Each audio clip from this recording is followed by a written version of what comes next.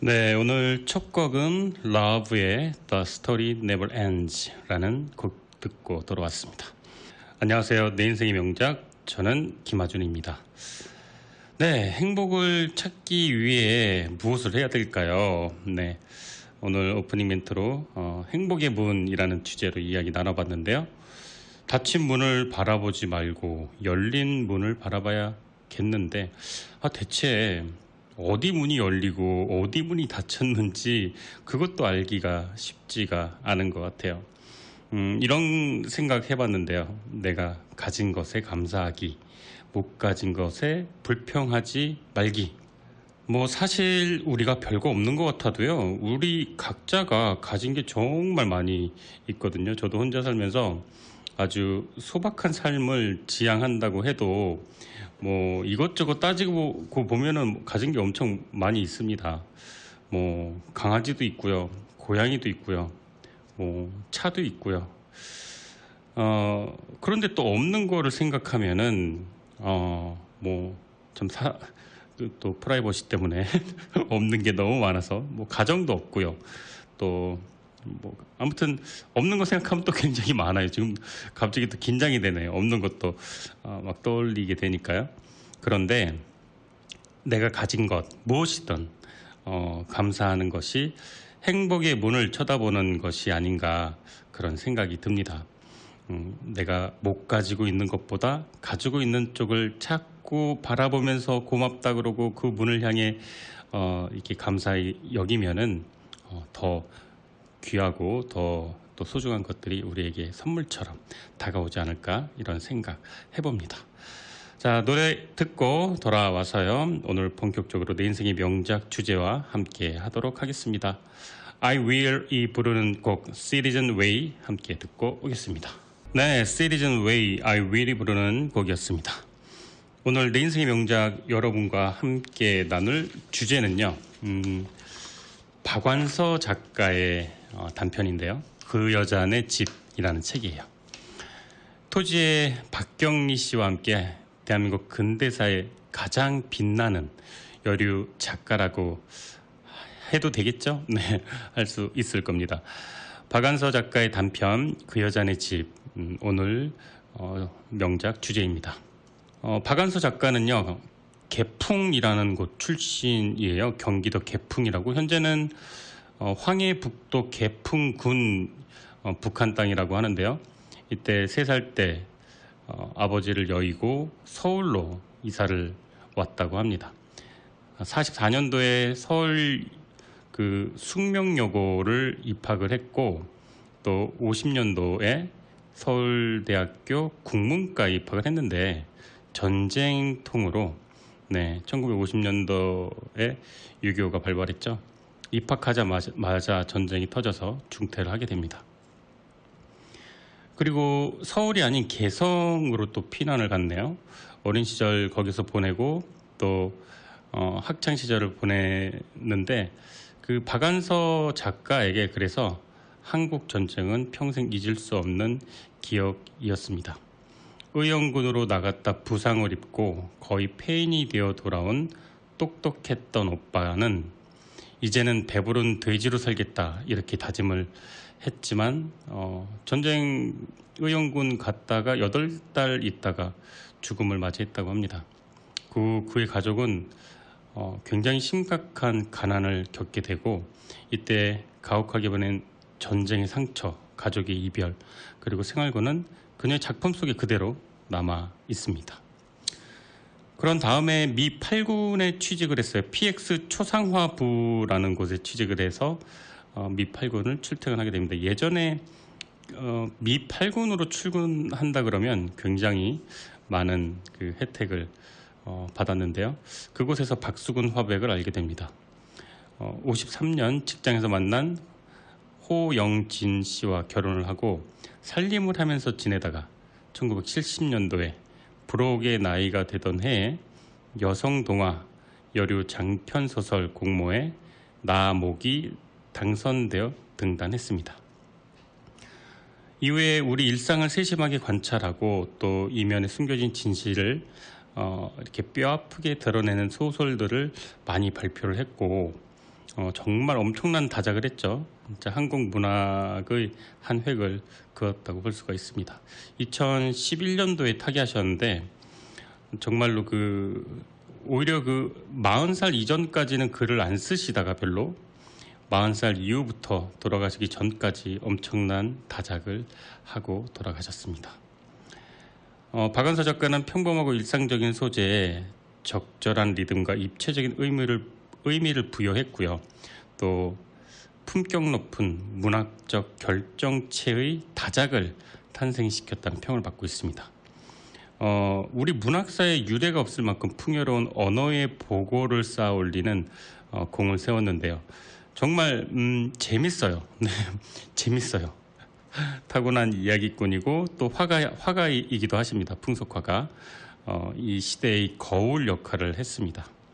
오늘 소개해드릴 단편 그 여자네 집은 단편이긴 하지만 양이 좀 너무 길어서 제가 중요한 부분 위주로 거의 전문이긴 한데 제가 조금만 편집을 했습니다.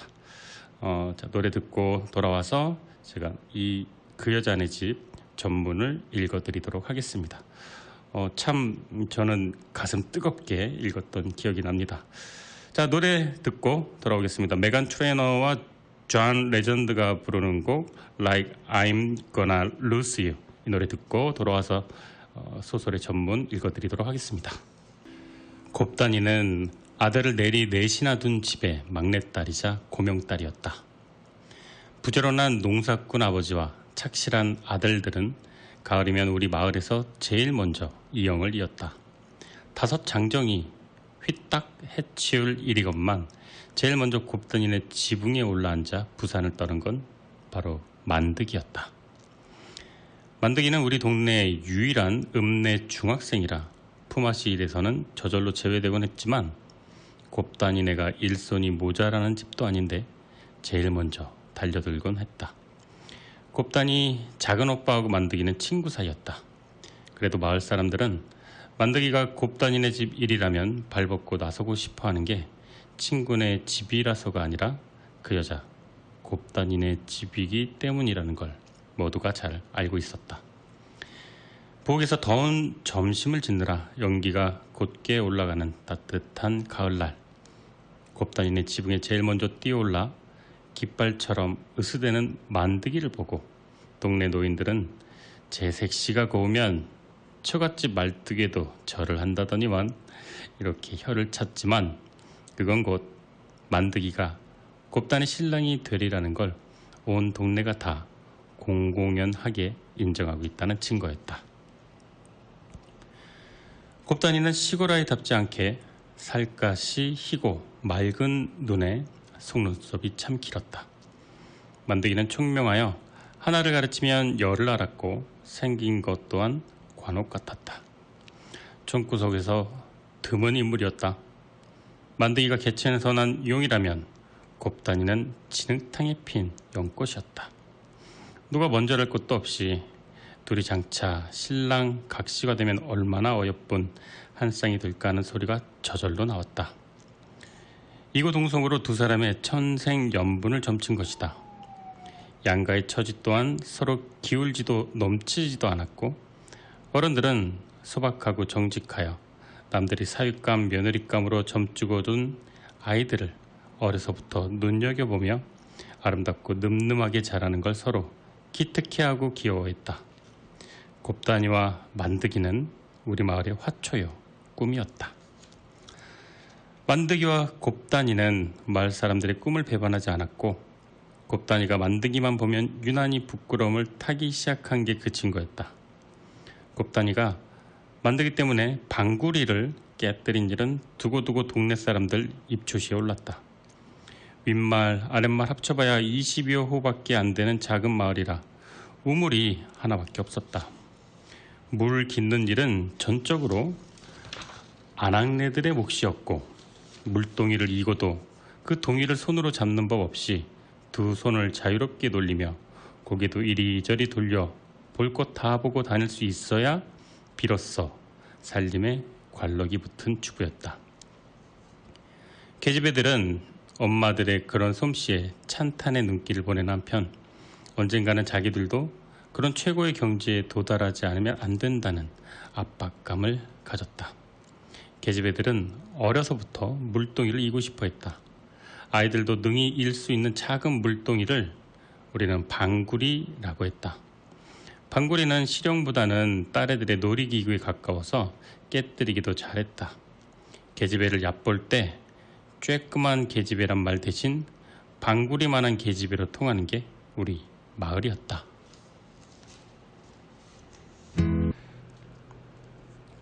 곱단이는 귀한 딸이고 올케가 둘씩이나 있어서 물동이 같은 거 안 이어도 됐건만 자기 몫의 방구리는 가지고 있었고 동무들이 하는 건 다 해보고 싶은 나이였다.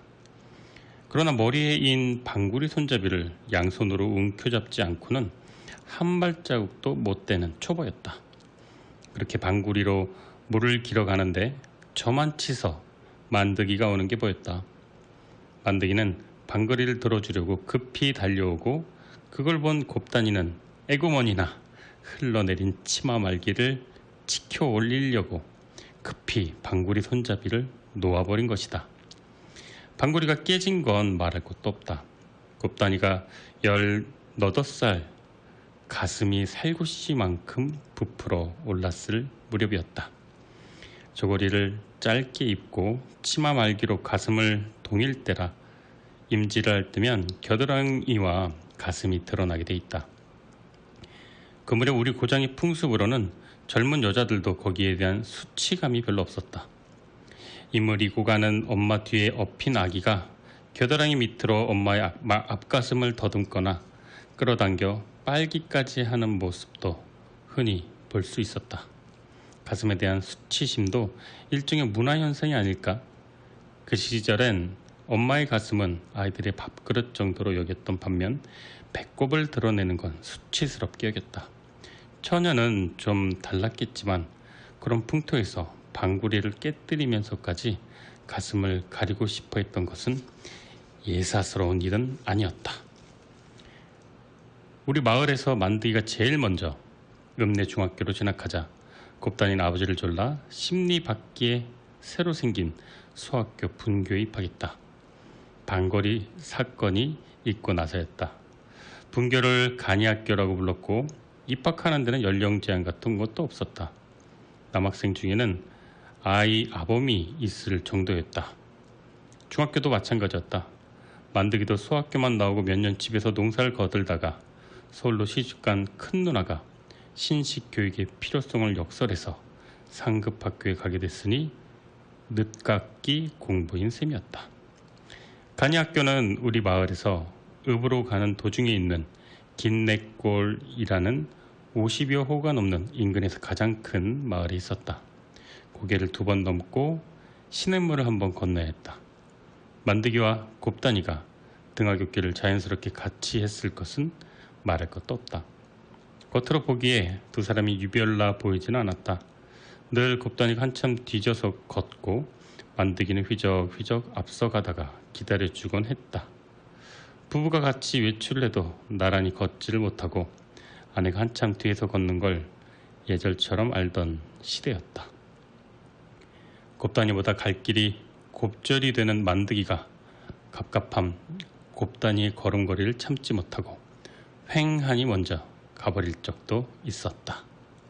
그러나 비가 많이 오거나 봄의 해토 무렵엔 흙다리 곳곳에 구멍이 뚫리기도 하고 미끌거리기도 했다.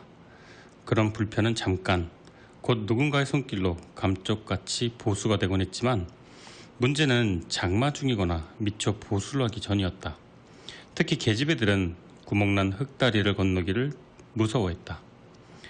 차라리 둔덕을 내려가 신발 벗고 전벙전벙 강물로 들어가는 게 안심스러웠다. 물이 불어봤댔자 허리 정도밖에 안 찼지만 그럴 때는 앞서서 작대기로 물의 깊이를 알려주고 계집애들을 인도하는 게 남학생들의 중요한 사내 구실이었다. 그러나 만드기는 곱단이가 사내 녀석들하고 치마를 배꼽 위까지 걷어 올리고 속바지를 적셔가며 물을 건너는 걸 참을 수 없이 싫어했다.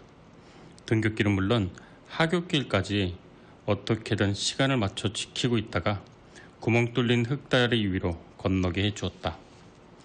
흙다리를 건너면서 곱단이가 얼마나 무섬을 타고 앙탈을 부리고 그러면 만드기는 그걸 다 받아주며 다독거리느라 길지도 않은 흙다리 위에서 둘이 몇 번씩이나 서로 얼싸안는다는 소문이 자자하게 퍼지곤 했다.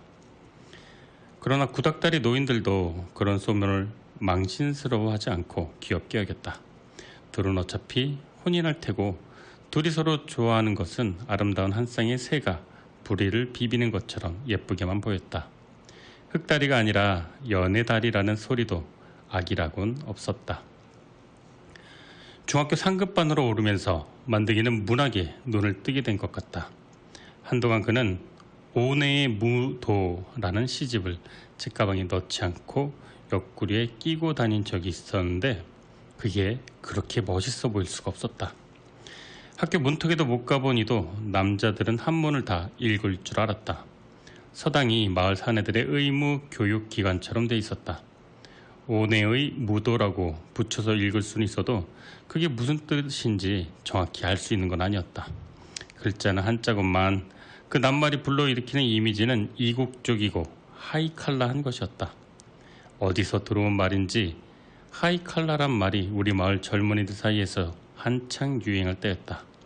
어딘지 이국적이고 약간 겉멋이 들어 보이는 건 뭐든지 우리는 하이칼라라고 불렀다. 마을 젊은이들 사이에 춘원 바람을 일으킨 것도 만득이었다.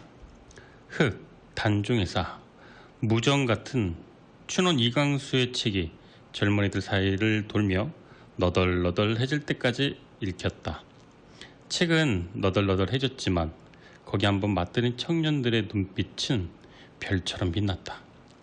그러나 곧 춘원 이강수가 창씨 개명에 앞장서고 청년들을 전쟁터로 내모는 연설을 했다는 말을 퍼뜨려 청년들을 시리에 빠뜨리고 헷갈리게 만든 것도 바로 만득이었다. 만득이는 마을 청년들의 정신의 맥을 쥐었다 폈다 한다고 해도 과언이 아니었다. 2차 세계대전이 말기에 접어들면서 마을의 형편도 날로 어려워지고 있었지만 젊은이들의 정신의 기갈은 그보다 더 심각하기 때문에 먹혀들기도 그만큼 쉬웠다. 만드기가 퍼뜨린 책 때문에 마음이 통하게 된 젊은이들이 모여 문학 얘기도 하고 세상 돌아가는 일에 울분을 토로하기도 하는 모임이 자연히 형성되었는데 물론 거기서도 중심 인물은 만득이었다. 그러나 고작 만학의 중학생일 뿐이었다. 식민지 청년의 의식 있는 모임이라기보다는 만득이의 지적 허영심을 충족시키는 장이 되었다. 그는 가끔 자기가 쓴 시를 비장한 어조로 읽어주곤 했는데 그중 곱단이가 눈물이 글썽할 정도로 좋아하는 시가 사실 나중에 알고 보니 임화의 시 바로 뒷부분이었다. 그 시를 짧게 소개할까 한다. 오늘도 연기는 구름보다 높고 누구이고 청년이 몇 너무나 좁은 하늘을 넓은 희망의 눈동자 속 깊이 호수처럼 담으리라. 벌리는 팔이 아무리 좁아도 오오 하늘보다 넓은 나의 바다. 뭐 이런 시였는데 팔을 벌리고 오오 하늘보다 넓은 나의 바다 이렇게 할 때는 어찌나 격정적으로 목매어 부르는지 곱단이는 그때마다 만드기를 더 넓은 세상으로 내놓아야 할 것 같아서 가슴이 떨린다고 했다. 1945년 봄에도 행천리에 살구꽃 피고 꽈리꽃, 오랑캐꽃, 자운령이 피었을까? 그럴 리 없건만 괜히 안 피고 말았을 것 같다. 그 꽃들이 피어나기 전에 만드기와 곱단이의 연애도 끝나고 말았을까? 만학이었던 만드기는 읍내의 4년제 중학교를 졸업하자마자 징병으로 끌려나갔다.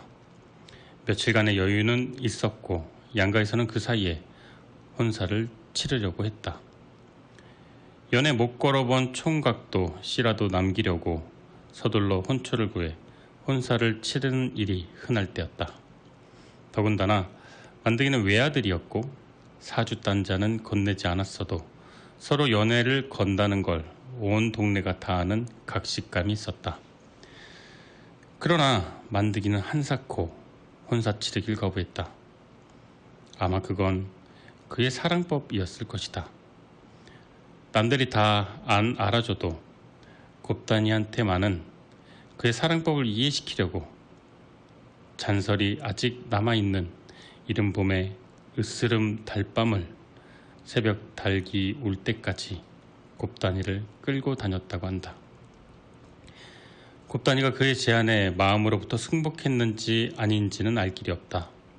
그러나 끌려다니지를 않고 어디 방앗간 같은 데서 밤을 지냈다고 해도 만드기 손길이 곱다니의 젖가슴도 범하질 못하였으리라는 걸 곱다니의 부모도 마을 사람들도 믿었다. 그런 시대였다. 순결한 시대였는지 바보 같은 시대였는지는 모르겠지만 그때 우리가 존중한 법도라는 건 바로 그런 거였다. 만드기네 대문에 일본 기대와 출정 군인의 집이라는 깃발이 만장처럼 처량히 휘날리고 그 집 사랑에서 며칠씩 술판이 벌어져도 밀주 단속에도 안 걸리고 그렇게 그까지 열을 눈 깜빡할 새 지나가 만드기는 마침내 입영을 하게 됐다. 만드기가 꼭 살아 돌아올 테니 기다리라고 곱다니를 설득하기는 어렵지 않았을 것이다. 곱다니가 딴 데 시집갈 아이도 아니거니와 식구들 역시 딴 데 시집 보낼 엄두라도 낼 사람들이 아니었기에 설득이 그렇게 오랜 시간 걸린 것은 그럴 거면 왜 혼사를 치르고 나서 떠나면 안 되냐는 곱다니의 지당한 생각 때문이었을 것이다. 곱다니는 이름처럼 마음씨도 비단결 같은 처녀였지만 옳다고 생각하는 걸 굽힐 만큼 호락호락하진 않았다. 아무도 입에 올리진 않았지만 마을 사람들은 만드기가 죽으러 가고 있다는 것을 잘 알았기 때문에 곱다니를 과부 안 만들려는 그의 깊은 마음을 내심 여간 대견히 여기는 게 아니었다. 만드기와 곱다니는 요새 말로 하면 마을의 마스코트라고나 할까? 둘 다 행복해지지 않으면 재앙이라도 내릴 것처럼 지켜주고 싶어 했고 만드기의 처사는 그런 소박한 인심에도 거슬리지 않는 최선의 것이었다. 네, 여러분은 지금 매주 토요일 오후 5시부터 7시까지 진행되는 김하준의 내 인생의 명작 청취하고 계십니다. 오늘 명작 주제는요, 박완서 작가의 그 여자네 집이라는 단편입니다. 자, 곱다니의 또 만드기의 이름만 들어도 순박함과 귀여움과 살짝 촌스러움이 묻어 나오는 이 두 주인공들의 풋풋한 연애사, 그리고 그 사이사이에 배치된 그 작가 특유의 익살 느낄 수가 있었습니다. 뭐 김유정의 봄봄 동백꽃처럼 아주 간질만 나는 한국 그 단편집의 어떤 그런 그 전형적인 아주 기분 좋은 특징을 가지고 있는 책이 아닌가 생각이 드는데요. 우리 이렇게 예전 순박한 모습들이 작품의 캐릭터마다 이렇게 잘 녹아져 있는 것 같습니다. 자, 그러는 가운데 어느덧 1부를 마쳐야 될 시간이 되었는데요. 저는 잠시 후 노래 듣고 돌아와서 6시 내 인생의 명작 2부로 찾아뵙도록 하겠습니다. 자, 곱다니와 만드기의 연애는 어떻게 진행될지 궁금해집니다. 위스키 앤 몰핀 알렉산더 진이 부르는 노래 듣고 저는 2부로 돌아오겠습니다. 김하준의 내 인생의 명작 2부 청취하고 계십니다. 내 인생의 명작은 매주 토요일 오후 5시부터 7시까지 2시간 동안 방송됩니다. 오늘 내 인생의 명작 주제는요, 박완서 작가의 그 여자네 집입니다. 자, 책 내용 1부에 이어서 계속 전문 소개해 드리도록 하겠습니다. 만드기가 떠난 후에도 마을 청년들은 앞서거니 뒤서거니 징병이나 징용으로 끌려가 마을의 남자라고는 중늙은이 이상만 남게 되었다. 곱단이 오빠들도 도시로 나가 공장에 취직한 셋째 오빠와 부모님을 모시는 큰 오빠 빼고 두 오빠가 징용으로 나가 아들 부잣집이 허룩해졌다. 장정만 데려가는 게 아니라 양식 공출도 극악해져 그 풍요하던 마을도 앞으로 넘길 보릿고기 걱정이 태산 같았다. 굳은 날 지짐이라도 서로 나누느라 한 채 반은 붙여야 됐던 그 인심도 스스로 금가기 시작할 무렵이었다. 아주 나쁜 소식이 연병보다 더 흉흉하고 걷잡을 수 없이 온 동네를 휩쓸었다. 전에도 여자 정신대에 대해서 아주 모르고 있었던 것은 아니다. 일본 본토나 남양 군도에 가서 일하고 싶은 처녀들은 지원하면 보내주고 나중에 집에 송금도 할 수 있다는 면사무소의 공문이 한바탕 돈 후였지만 그럴 생각이 있는 집은 한 집도 없었고 설마 돈벌이를 강제로 보내리라고는 아무도 짐작을 못했다. 그러나 들려오는 소문은 그게 아니어서 몇 사람씩 배당을 받은 면사무소 노묵과 서기들과 순사들이 관연한 딸 가진 집을 위협해 하도 다짜고짜 끌어가는 일까지 있다고 했다. 설마 하는 사이에 더 나쁜 일이 생겼다.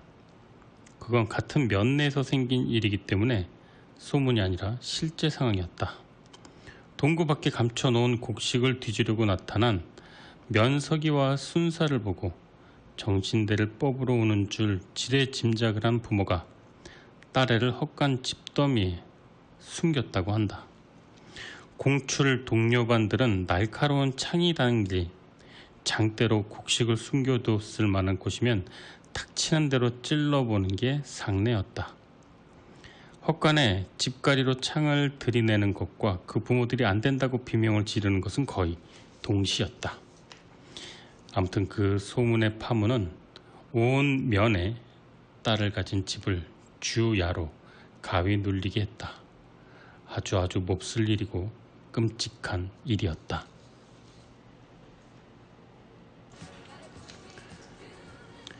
도시에서 군수 공장에 다니던 곱단이 오빠가 종아리에 각반을 차고 징 달린 구두를 신은 중년 남자를 데리고 내려왔다.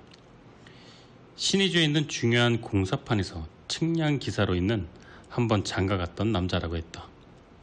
곱단이 부모로부터 그 흉흉한 소문을 듣고 급하게 구해온 곱단이 신랑감이었다.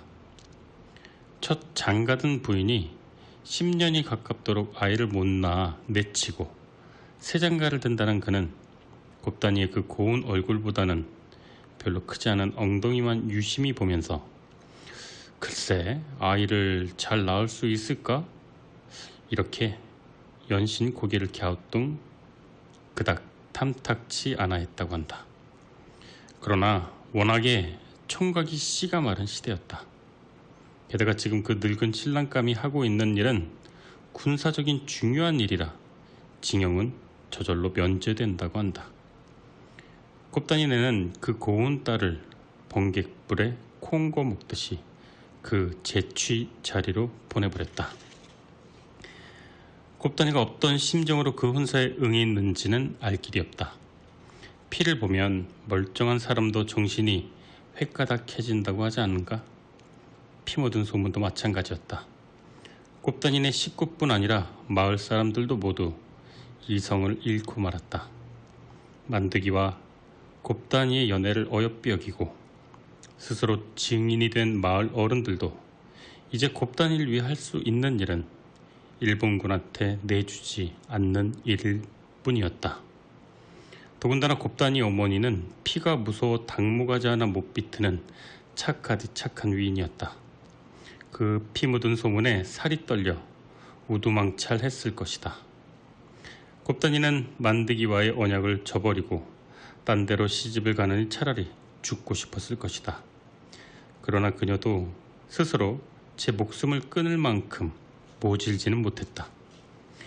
죽은 것과 마찬가지로 넋을 놓아버리는 게 고작이었을 것이다.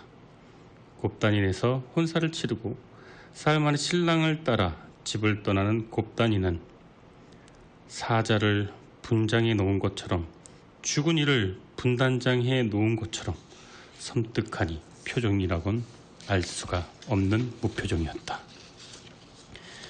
멀고 먼 신의주로 시집가 첫 근친도 오기 전에 해방이 되었다. 그녀는 19에 떠난 지붕 노란 집에 다시 돌아오지 못했다. 우리 고장은 아슬아슬하게 38선 이남이 되어 북조선의 신의주와는 길이 막히고 말았다. 만드기는 무사히 살아 돌아왔다. 그 이듬해 봄 만드기는 같은 행천리 처녀인 순애와 혼사를 치렀다. 순애는 투덕투덕 복있게 생긴 처녀였지만 아쉽게도 곱단이에겐 될 것도 아니었다. 혼삿날 마을 풍속대로 신랑을 매달았는데 군대나 징용 갔다가 심성이 거칠 대로 거치러 돌아온 청년들이 어찌나 호되게 신랑 발바닥을 때렸던지 만드기는 그만 엉엉 울었다고 한다. 만드기 또한 군대 가서 고초를 겪을 만큼 겪었는데 그까지 장난삼아 치는 매를 못 견디어 울었을까? 울고 싶어 실컷 아마 울고 싶었을 것이다. 이렇게 만드기의 일거수일투족을 곱단이와 연관지어 생각하고 싶은 게 아직도 두 사람의 어여쁜 사랑을 못 잊어 하는 마을 사람들의 심정이었으니 그리로 시집간 순애의 마음도 편치는 않았을 것이다. 그러나 두 사람은 마을 사람들이 금시를 확인해 볼 겨를도 없이 곧 서울로 세간을 냈다. 외아들이었지만 서울 누나가 동생의 일자리를 구해놓고 데려갔다. 6.25 동란 후 38선 대신 거진 휴전선은 행천리를 휴전선 이북당으로 만들어 놓았다. 그동안 서로 만나지는 못했어도 귀향길에 만드기가 순애하고 곧잘 산다는 소식 정도는 들을 수 있었는데 그나마 못 듣게 되었다. 6.25 때 죽지 않았으면 같은 서울 하늘 밑 어dim에 살아있겠거니 문득문득 생각이 나던 것도 잠시 만드기는 내 기억 속에서 사라져버렸다. 서울살이라는 게 촌수가 닿는 친척도 결혼 청첩장이나 부거나 받아야 마지못해 챙길 정도로 이해관계가 닿지 않는 인간관계는 지딱지딱 잊게 되어 있었다. 만드기를 서울에서 다시 만난 지는 채 10년도 안 된다. 지금은 돌아가셨지만 그때까지 생존해 계시던 삼촌이 우리 고향 군민회에 가보고 싶다고 하셔서 모시고 간 자리여서이다. 실향민들이 마음을 달래려는 그 자리는 흔히 그렇듯이 노인네들 천지였다.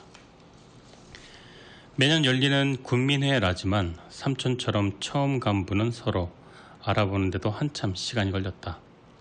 알아보는 걸 도와주려는 주최 측의 배려로 면 단위로 나눠서 자리를 잡았고 우리끼리 다시 리 단위로 무리를 만들었다. 행촌리는 나하고 삼촌하고 남 모르는 노부부 4사람밖에 없었다. 그 이듬해 돌아가신 삼촌은 그때도 이미 80 가까운 연세셔서 고향의 흙냄새 대신 고향사람 채취라도 맡고 싶은 마음에 느닷없이 군민의 나들이를 하고 싶어 한 것 같다. 죽을 날이 가까우면 안 하던 짓을 하게 되는 걸 자손들은 가벼운 망령 정도로 취급했다. 오죽해야 조카가 모시고 가게 됐을까. 행천리 노신사도 삼촌을 알아보는 것 같지 않았다. 그냥 어른 대접으로 행천리 살던 아무개하고 공손하게 인사를 했지만 나는 별로 귀담아 듣지 않아 잘못 들었다. 나중에 그가 나에게 명함을 주며 인사를 청하지 않았으면 아마 끝까지 못 알아봤을 것이다. 무슨 전업사 대표 장만득으로 되어 있는 명함을 보고 나서야 뭔가 이상해서 다시 한번 쳐다보니 젊은 날에 그가 어디 숨어 있다가 고개를 내밀듯이 분명하게 떠올랐다. 몸집도 별로 불지 않고 얼굴도 잘 늙지 않는 동안이었다. 나하고는 그닥 친한 사이가 아니었다. 그는 곱다니 것이었으므로 당시에 우리 또래들은 다들 그를 소 닭 보듯 하는 걸 예절로 알았다. 그건 장만득 씨도 마찬가지였을 것이다. 그는 워낙 마을에서 유명했지만 유명인사가 팬을 알아보란 법은 없다. 나는 그에게 하나도 안 변했다고 말하고 나서 쑥스럽게 웃었다. 한참 동안 못 알아본 주제에 그건 말도 안 되는 소리였기 때문이다.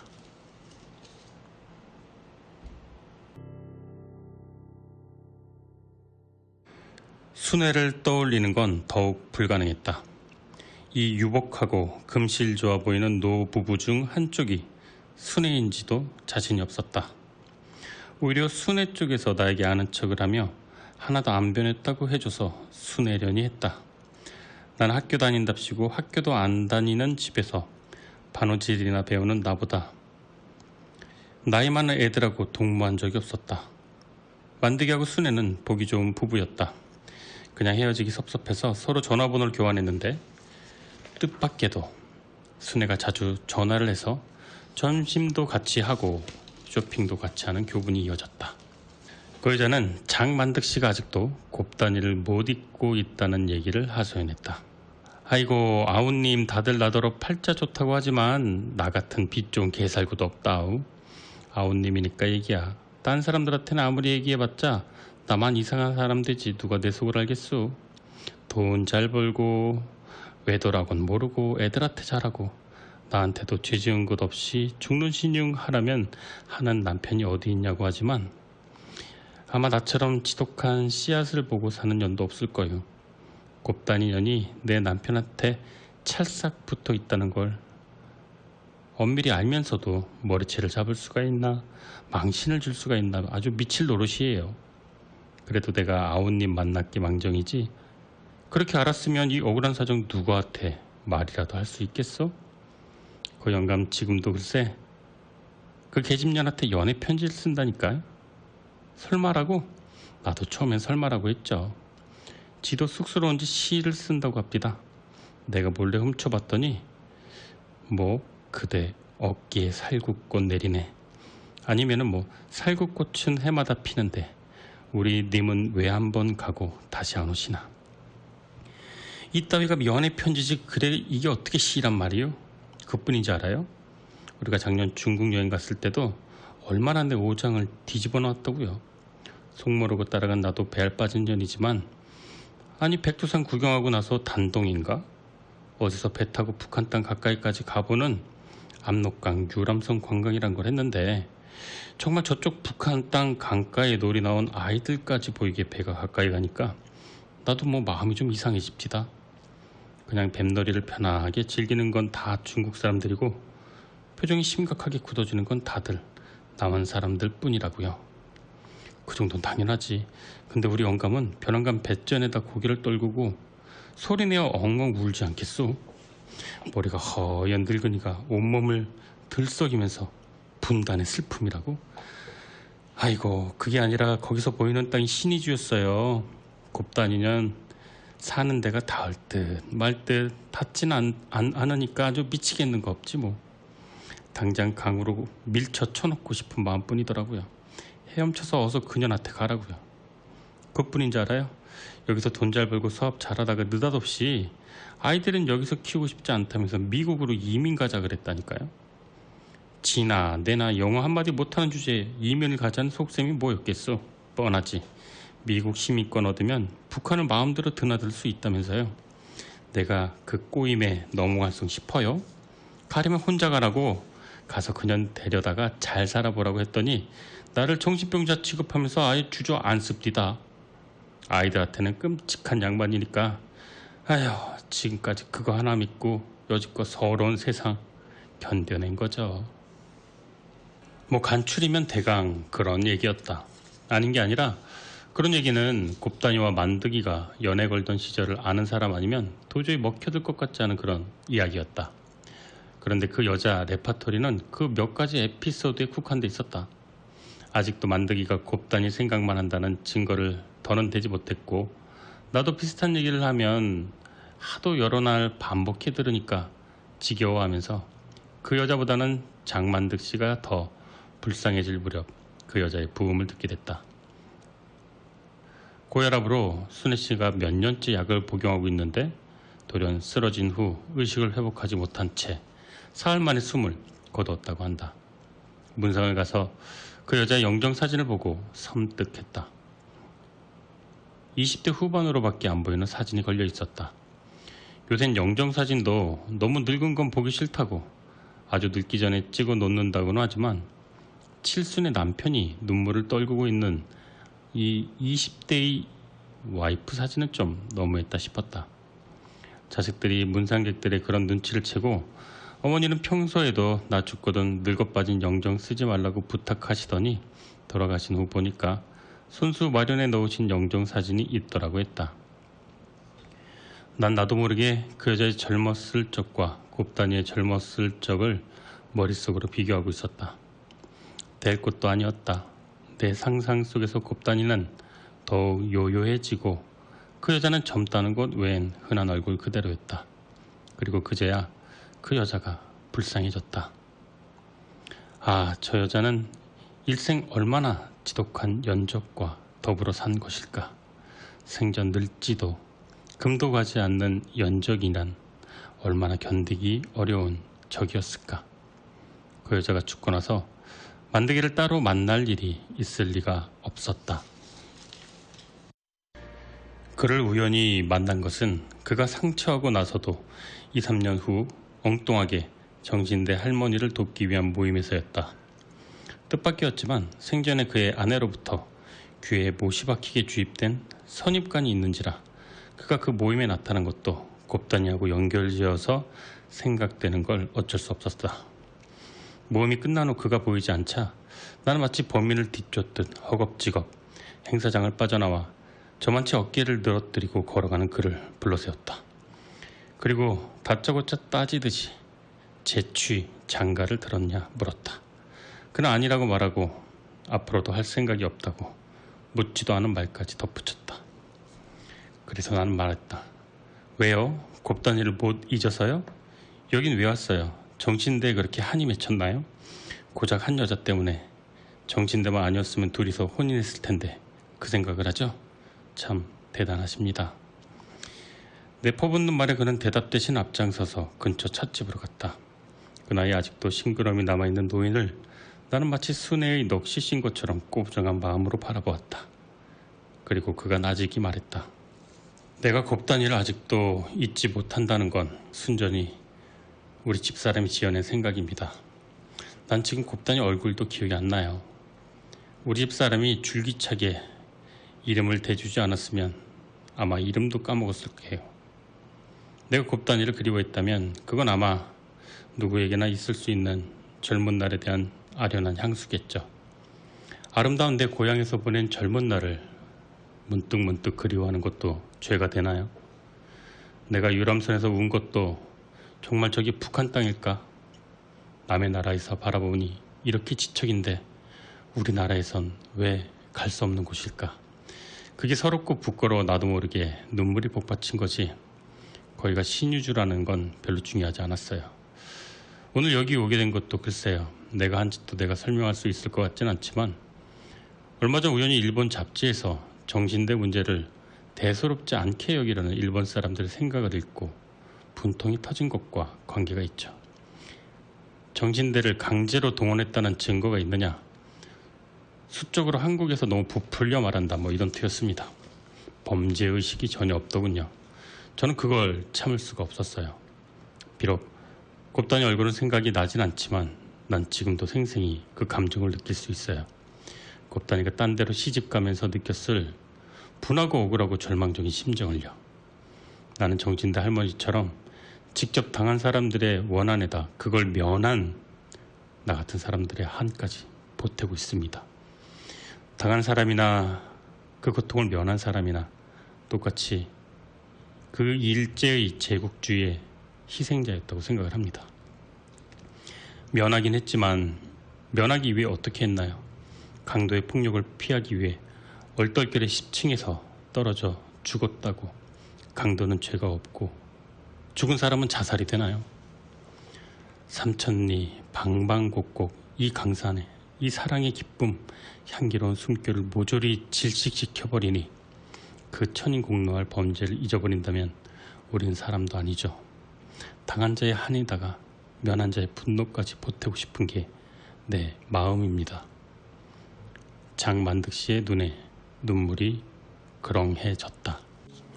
네, 여러분은 지금 좋은 책과 음악이 있는 곳 김하준의 내 인생의 명작 2부 청취하고 계십니다. 칼럼 스캇의 You Are The Reason, 그 다음에 Living on a Jet Plane, 프란체스카 노래 두 곡 듣고 돌아왔습니다. 오늘 내 인생의 명작 주제는요, 박안서 작가님의 그 여자네 집이었습니다.